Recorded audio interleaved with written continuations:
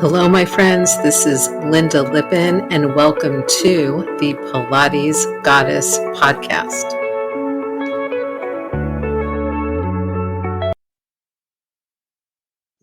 Hello, everybody, and welcome once again back to the Pilates Goddess podcast.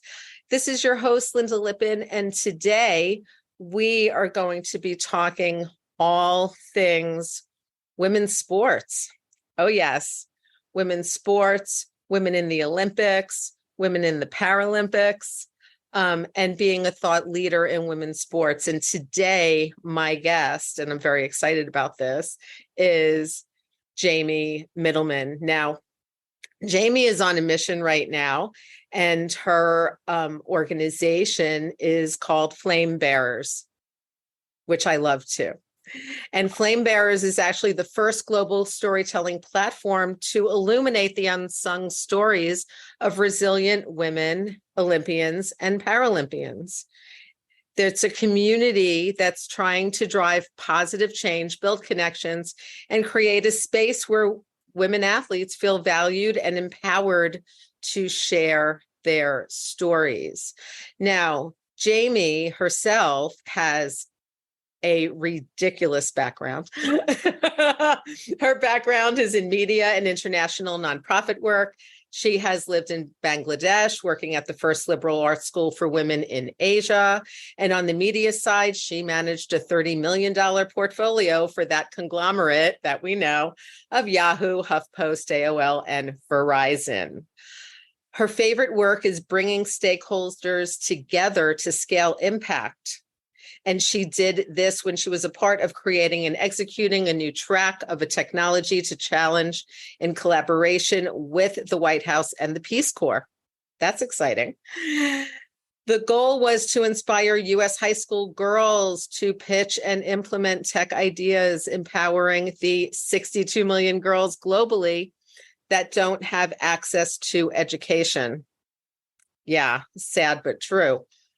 And Jamie loved working across the public, private, and nonprofit sectors, which you're kind of doing now, right? Exactly. Jamie has a master's in public administration from the Harvard Kennedy School.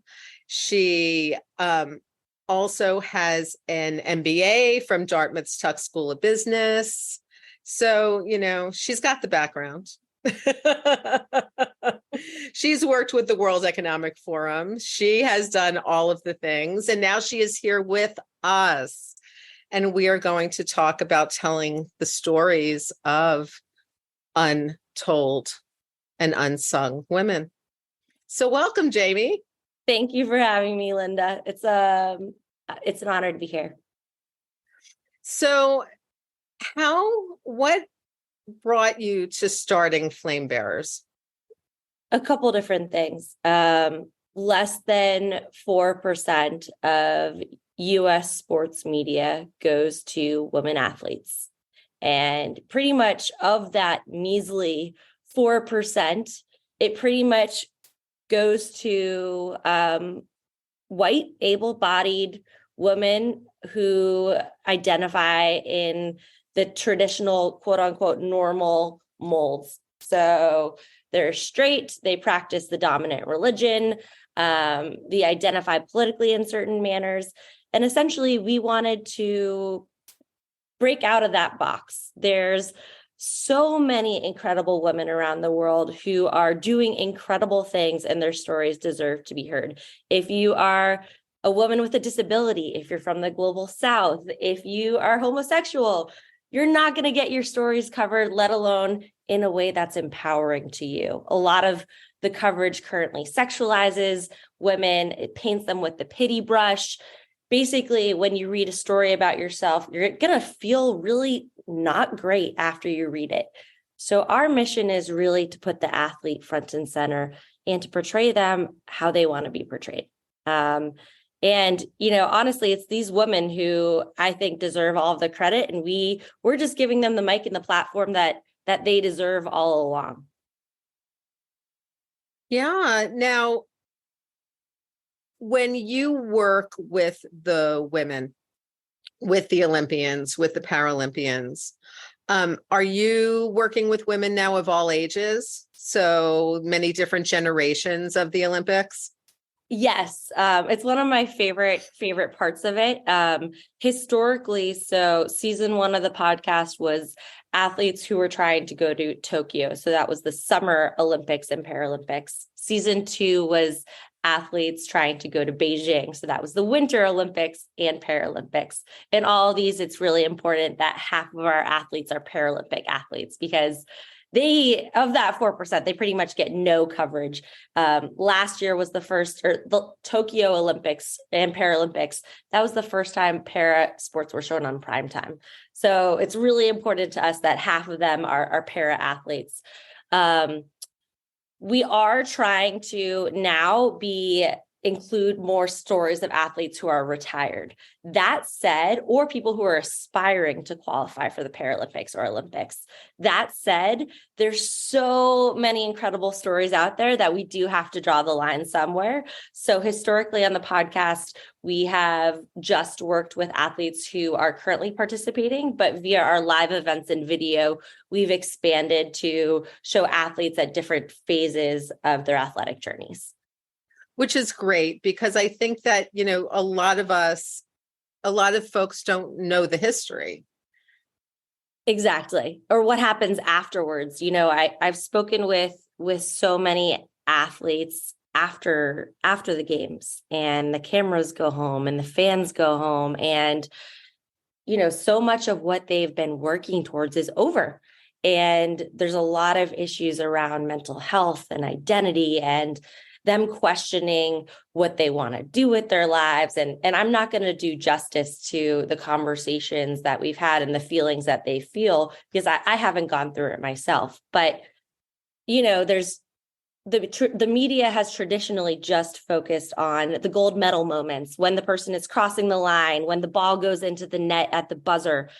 But that does not really put the athlete in the bigger context of their day-to-day life and what happens after that. So we're really excited to help illuminate who these people are when the cameras and the fans aren't there. Now, are you being welcomed with open arms? Yes, usually. I'd say pretty much consistently, yes. We have, to be completely transparent, have had some people who disagree with some of the work we have done. So historically, we view ourselves as a platform that elevates all voices of elite women athletes. One athlete we worked with, Caster Semenya, was the reigning gold medal champion in track and field before the Tokyo Olympics. Caster was barred from competing because of her naturally high testosterone levels. So it got into the lines of, what does it mean to qualify as a woman? What's interesting about, and frankly, I think from my perspective, really harmful and hurtful in Caster's position. And this is not to take it any stand on the trans athletes, is Caster is born a woman, identifies a woman, has naturally high testosterone levels. And they basically made a ruling that said, if you have testosterone levels above a certain amount, you cannot compete. And her testosterone levels, which she was naturally born with, were above that level. So she could not compete. Again, this is not, we don't take a stance on who should and should not compete. We elevate all voices. But in Caster's situation in particular, she couldn't defend her title.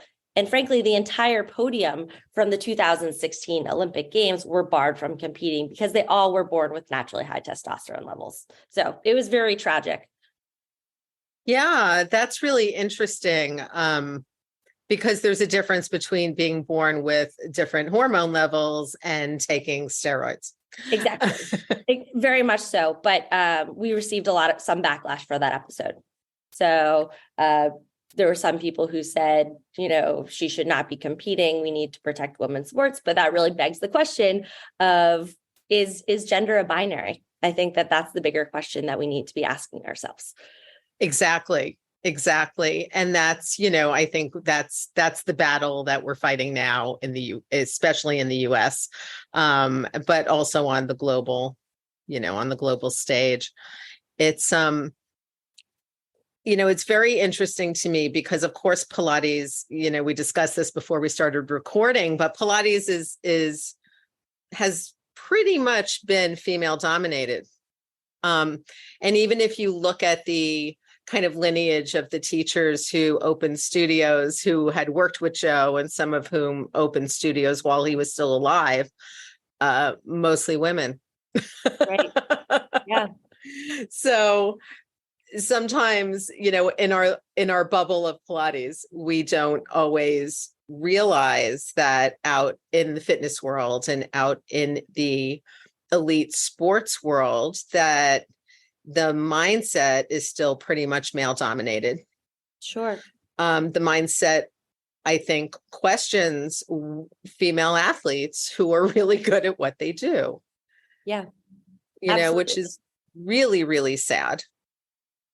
It is really sad. Do you find, yeah.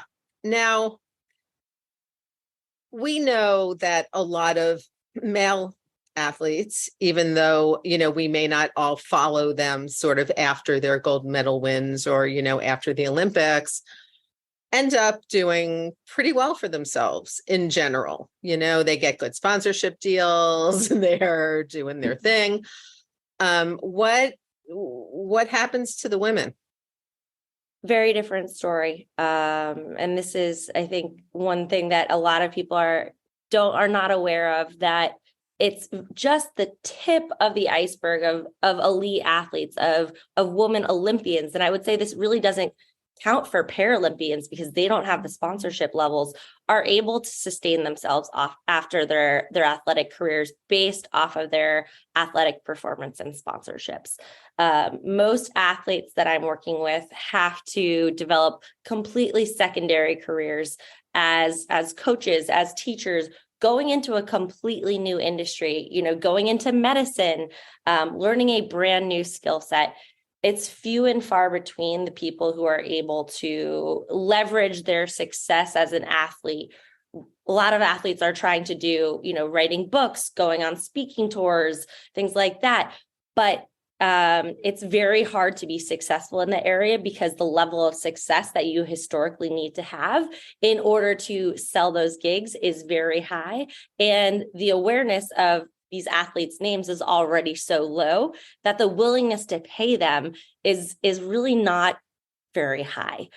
So many of the women that I work with, pretty much every single Paralympic athlete, unless you have, won 10 plus gold medals, is struggling with this with this issue. I was just working with Deja Young, who is a Paralympic gold medalist, and she has never received sponsorship.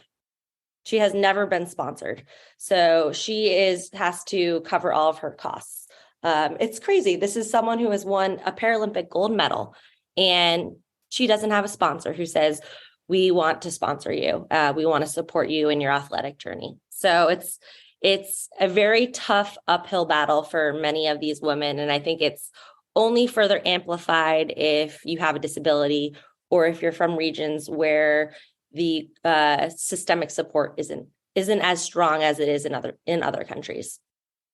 Right. And people forget how much it costs actually to train at that kind of level. I mean, just in terms of gear, 100%. Physical therapy, time. Completely. Another athlete, Rita Simwe from Uganda, has to pay 100% of her travel and accommodations, even to qualify for the next Paralympics. She is the number one para badminton player in all of Africa. And her country's sports federation will not cover the costs for her to go, or historically has not. We're working on that. We're hoping it's changed.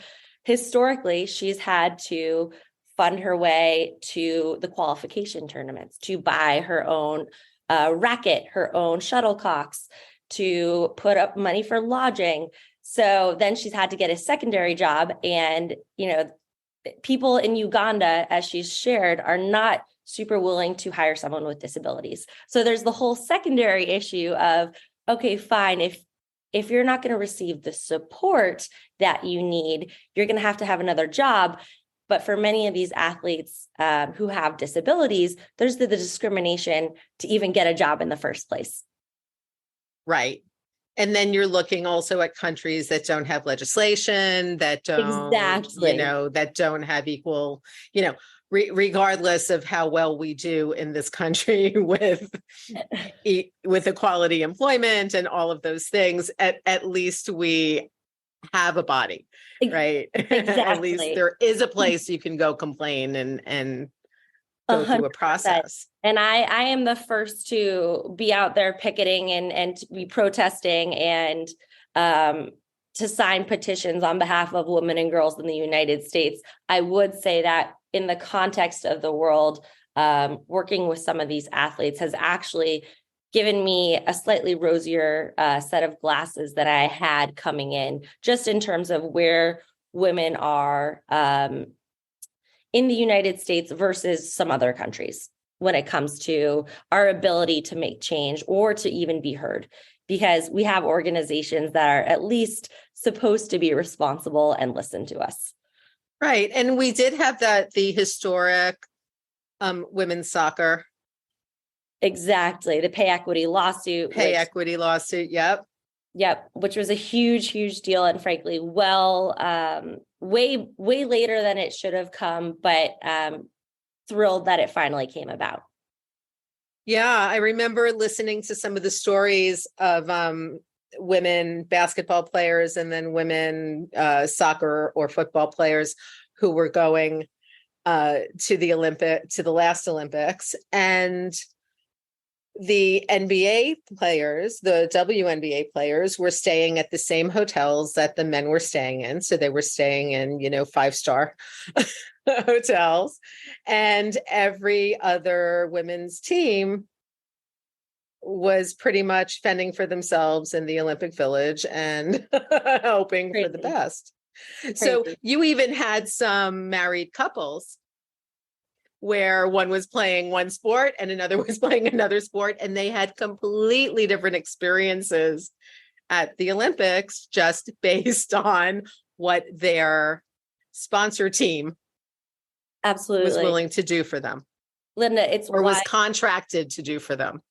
It is so wild. I had the opportunity to interview Becky Sauerbrunn, who's one of the captains of the U.S. women's national team. She was also one of the 5 players who drove the pay equity lawsuit on behalf of the U.S. women's national soccer team. And she told me that frequently they had been asked to play on turf fields. Now, if you're from the world of soccer, this is a huge insult. Like when you see your male counterparts playing on beautifully groomed natural grass fields, and then you get the step down, it's a slap in the face. And it's still happening. I think that there's been a lot of attention, and well-deserved and long overdue, on the women's national soccer team. I would love to see some changes elsewhere too. Oh, yeah. Not or, great, amazing. We're starting to make progress here. Let's spread the love out and make sure that other sports get this too. Right. And that other sports also, once again, for Paralympians, get that same kind of attention. Because even here in the US, you're not seeing, maybe once a decade. Exactly. Or so we see a Paralympian of any gender. It's true. Even the name para, it means like next to, separate than, but like going alongside. The Paralympics are 2 weeks after the Olympics. If they really are next to, perhaps they should be done at the same time. I realize that there are constraints in terms of lodging and facilities and things like that. But even the placement of and the timing of the Paralympics as being after the Olympics positions it as a secondary event. Right. And then, you also have the issue, I think, of women afterwards. I mean, I think, Brittany Griner's our most kind of popular media example of it, who are going overseas to play. Exactly. And so I that think they make more money. I think so much of the media missed the mark on coverage in terms of Brittany, because I think they failed to, exactly to your point, even raise why she had to go overseas in the first place. Here is one of the best basketball players in the world, and she can't live sustainably off of income in the United States. It would be ideal for Brittany to not even have to go to Russia.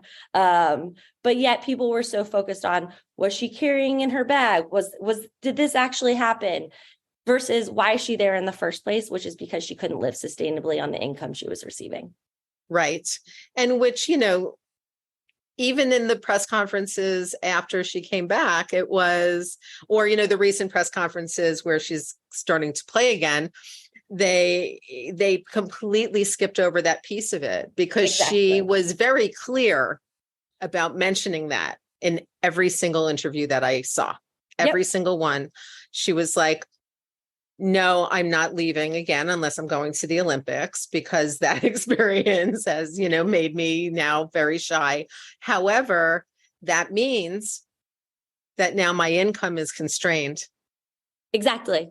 To what I can make here. Exactly. We have to get to a point where athletes feel like they can be professional athletes and live safely and comfortably off of that. Right. And there's, you would think, I mean, so for many years, I had a studio on the main line of Philadelphia, and I worked with a number of coaches and athletes from, the different universities, because there's tons in the Philadelphia area. And pretty much all of them were sponsored, even if they were injured, even if they were still in school. Like a lot of times what I was really working on with them was get me fully functional again so I can get out there and play, because I don't want to lose the sponsorship. Right. Exactly. Right. Because that sponsorship becomes so important, because you're not making any other money. It's and true. If you want to really focus on what you're doing, the salary that you're making as an assistant women's running coach is not. Right. Exactly. I think two perfect examples of that. I recently worked with an athlete from Paraguay who was pretty much told if she did not medal, she would lose her sponsorship. So there are explicit threats for many of these athletes. If you do not perform, we will take away your funding. I think Allyson Felix is a perfect example of sponsorships being historically diminished or taken away for women when they have children as well. And I know that was one of the reasons why she has since left Nike and gone to Athleta and to start her own shoe clothing line. So it's just interesting that sponsorship have historically been framed off of what it means to be a male athlete. But guess what? Many women who are competing at the highest levels are also moms, and they're going to have children. And with that comes certain timing restraints, but also opportunities. And I think sponsors are having to rethink, what does it mean to sponsor a woman athlete in a holistic sense? Because guess what? Allyson Felix is not going to be able to win a gold medal 2 weeks after popping out a child. And that's just the way it is. And it's ridiculous to put any constraints or judgments on her otherwise. Right. So that means you hang out that year and then you start competing again when you can. I mean, we saw that, with Venus. Exactly. So I'm hopeful that as more women get into positions of power at companies that do sponsor athletes, that these conversations begin to shift. I think that it takes people who have lived through it or who are aware of the issue firsthand, be it, a friend or a loved one who has had a child, to be more sensitive and more cognizant of what it means to be a female and what it means to be a woman, and while also juggling, full-time job as an athlete. Right. And potentially a full-time job doing something else. Exactly. You're not making enough money as an athlete. Exactly. Literally. Yeah. It's really tough. With the travel and everything else. I mean, there's just, so when I was a little girl, I did a lot of ballet. Okay. And even just that, like, I remember, when we would have our recitals every year, and suddenly we would need new shoes and new point shoes and costumes and new tights and new whatever. And my parents would just be like, really? Yeah. Right. It's a lot. It is a ton. One other point that just kind of came to mind, it's a bit different, but I've heard from many athletes that sponsors are very cyclical. So guess what? Everyone's going to love you when it's approaching your season and when you are on TV. But flash forward 3 months when you are depressed home alone, they're very quick to drop you. So there's also a piece about timeliness that I think I'm very hopeful that sponsors are going to become more holistic in terms of how they treat athletes as people, not products. So that actually brings me to something I was just thinking about as well, which is, what is the effect on these women's mental health? From a sponsorship perspective?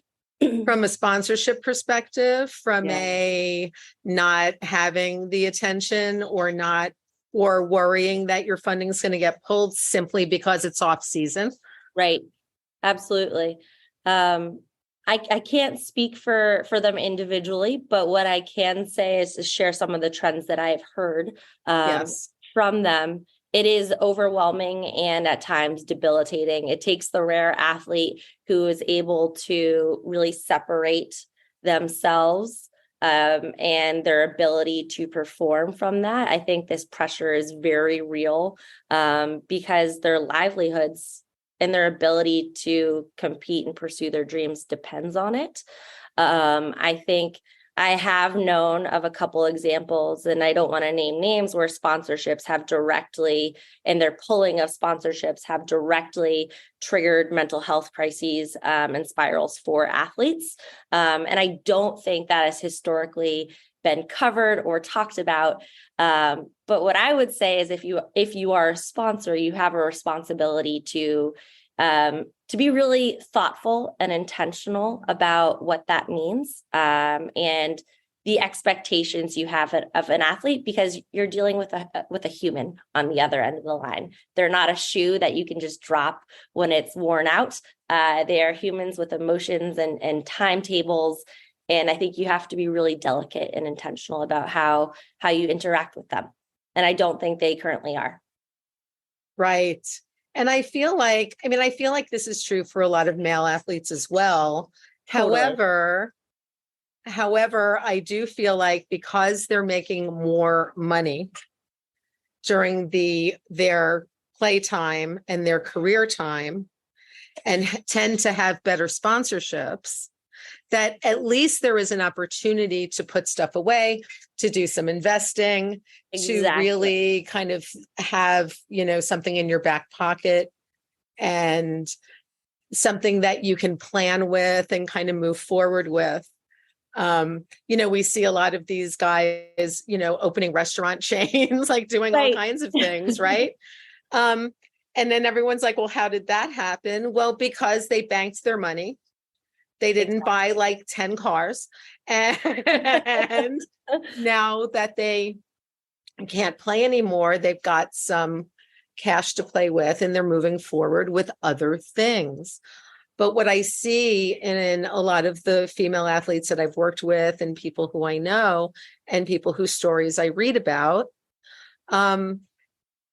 there's not even that nest egg to bank on because it was never there in the first place. Exactly. They're getting paid to career live. Right. It's a whole career of just trying to stretch it out. That's exactly right. So they're not able to invest in their next steps when that time comes because they've just been living day to day. Right. And, when you're that focused on one thing, It's hard.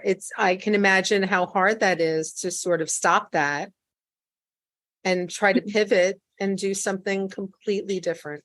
Mm-hmm. We also, and this is a common theme, regardless of gender, is the identity crisis or the identity struggle that many athletes face after they shift towards retirement, because many of them have focused on their sport their entire lives, and they're then faced with the question, well, who am I if I'm not an elite athlete? Who is Jamie if I am not a podcaster, a media or a storyteller? And they really have to do the internal work of deciding who they are and who they want to be and what they care about. And that is also a very stressful period for many of them as well. Right. And once again, not an inexpensive period. Yes. Because if you're really getting the psychological help and the coaching and all of the things that you need, potentially more education, all of those things where there's a lot of time, money, and effort involved there. 100%. It's not cheap. Right. Exactly. None of this is. And I think that, as the public just tends to think of sponsorships and athletes as kind of always being there, and that's not the case. It's not the case. And I sometimes get a lot of questions from people saying, okay, great, what can I do about it? So a couple things I would say is go to women's sports games. Buy the jerseys, follow them on social media and support them, because those are the numbers that sponsors look at. Tune into them on TV when they play. If you take your children to a game, because it takes about a generation for a fan base to develop. So then your kids will then grow up being women's sports fans and they'll invest in them. The reason I'm a Red Sox fan is because my parents took me to Red Sox games. So start Exactly. young, because they can grow up in a world where it's very normal to go to women's sports games, even if you and I didn't. Right. And they're all out there. I mean, it's funny. So we love watching soccer in my house. It's a thing. Love it. And the other night, but our rescue dog, who has PTSD because she's a rescue dog from the dog meat trade in Thailand, gets very upset when we kind of get angry or very emotional. Okay. And so, the other night, a few weeks ago, we ended up watching U.S. women's team. And the game was so good and they were so good that we just started, going at it. Yes. Screaming like, no, how did they miss that? Whatever. And Juniper started getting really, really upset. And I was like, oops. Oopsie. We either need to tone it down or not watch it, or watch it when she's at daycare, or, kind of plan that out. But, if we have listeners who are wondering if the women's games are as exciting as the men's, they totally are. 100%. 100%. And they're more exciting. My husband just said in the background, he's like, they're more exciting, actually. I agree personally. I think, it obviously totally depends on the team, but I think it's a very different game. It is. It is. The athleticism of the game becomes completely different. Exactly. And the way the teams interact with each other becomes completely different. Absolutely. Yeah. And, my parents didn't raise me at all as athletic. I am like the least likely personal trainer, kind of Pilates person out there. But what they did was encourage me to go to games. I love that. Encourage me to go to my friends' games, encourage me to watch the scrimmages, encourage me to do that. So, so I've always loved women's sports. And that's why, when I saw what you were doing with Flame Bearers, I was like, this. Thank you. I appreciate it. Just, I think it was 2 days ago, Clarissa Shields, who is probably, she's like the Simone Biles of boxing. She's the GOAT of boxing. Just tweeted the other day that she wants more people to come to her next match because it's the final, and she basically was comparing the numbers of who historically has tuned in for the men's final versus the women's final, and it was a dramatic difference. So the athletes feel it themselves. It's not as if, they're robots competing out there. They look up and they see an empty stand, and that doesn't feel great. No. So I think every body really makes a difference to them. Yes, I agree. Now,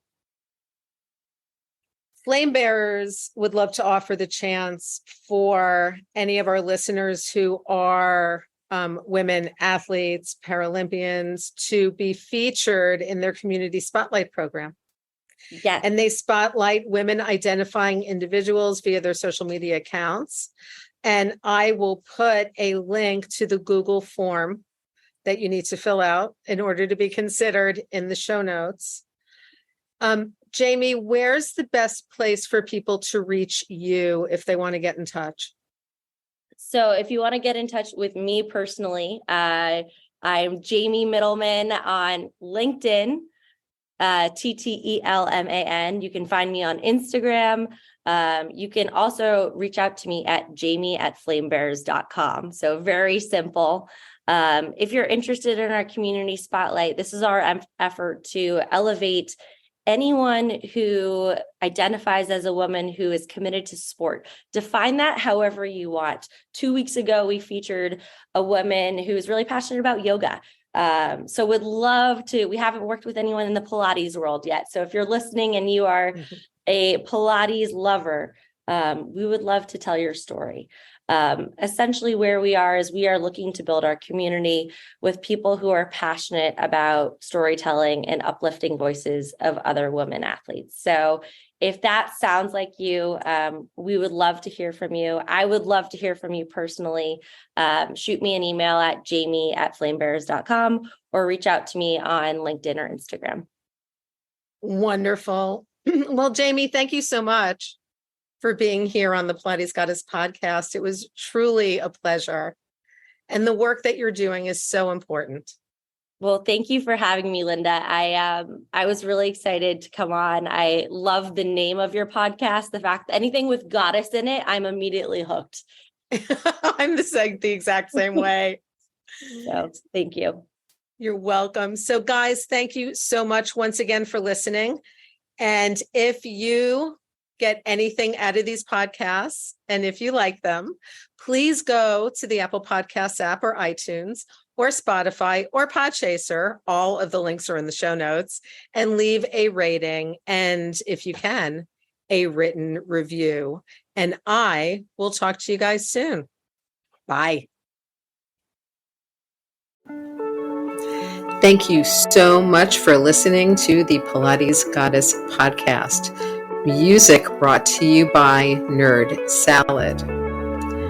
Please leave a review on Apple Podcasts, especially if you liked it.